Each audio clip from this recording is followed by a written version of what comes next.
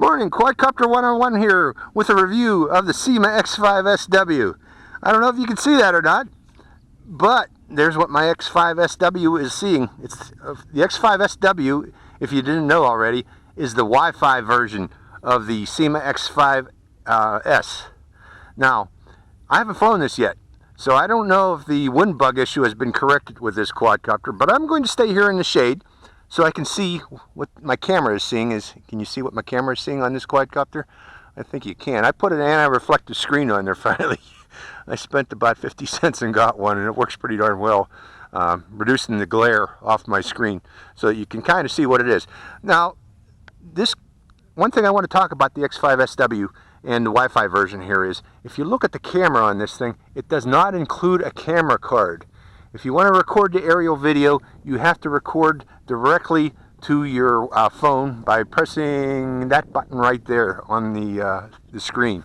That activates the recording. It records directly to your phone. You're going to, if you want to put it on your computer or put it onto YouTube, you're going to either need to directly send it from your phone to YouTube, that video, or you're going to have to transfer this the file that's recorded onto your phone onto your computer to edit it onto YouTube. Let's go into flight. Turn on the quadcopter, and I am going to set it,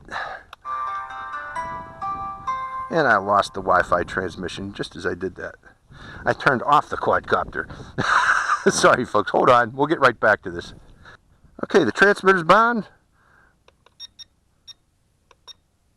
Low, okay, that's high. Let's go for a flight. And there's what my screen is seeing. And I got a wind coming from my back. Let's send it a little farther down the field with the X5SW.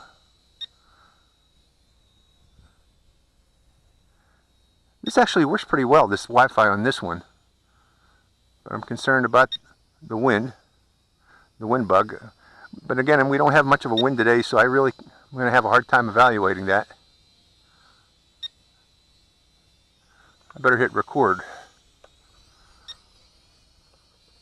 Record, come on.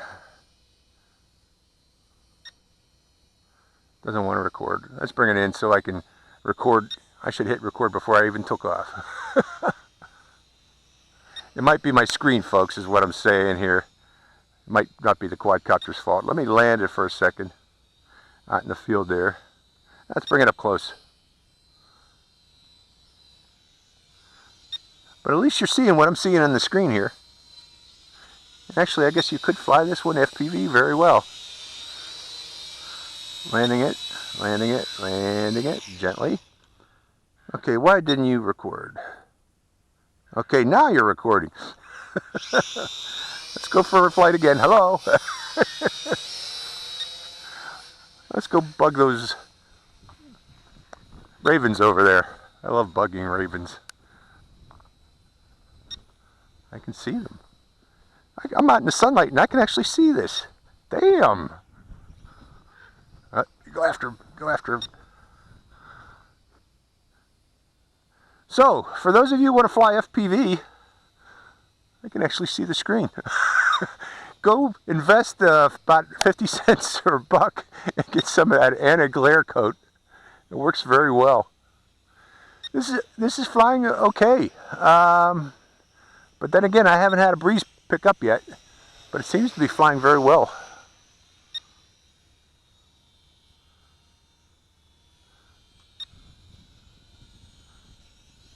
Okay, I'm trying to fly FPV now, since I can see the screen for the first time. And I don't even have a sunshade on it. Boy, I bet you this would work even better with a sunshade.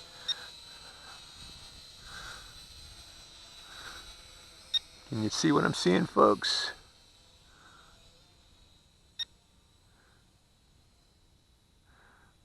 So far, so good. So far, I like what I'm seeing here. But then again, I haven't flown into a wind yet. I had a drop out there. Actually, that's probably my battery. I was fiddling with this thing trying to get it started for this video, but that's probably my battery. No, it still shows power. A little dropout there. I don't know what that dropout was. But let's see if we can get back in the air. Now I got a breeze picking up. Will we go into that breeze? Breeze getting a little stronger. Okay. So I think it still has the wind bug issue there. It's not a strong breeze, but it's able to go into it. The other ones that I had wouldn't even go into it at all. It was going into it, but it was fighting it to get in there.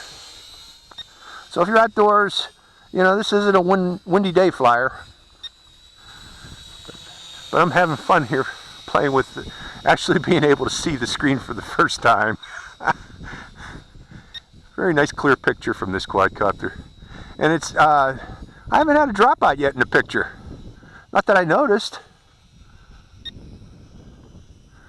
Very strong transmitter on it, the Wi-Fi transmitter, compared to all the other Wi-Fi's ones that I've seen so far.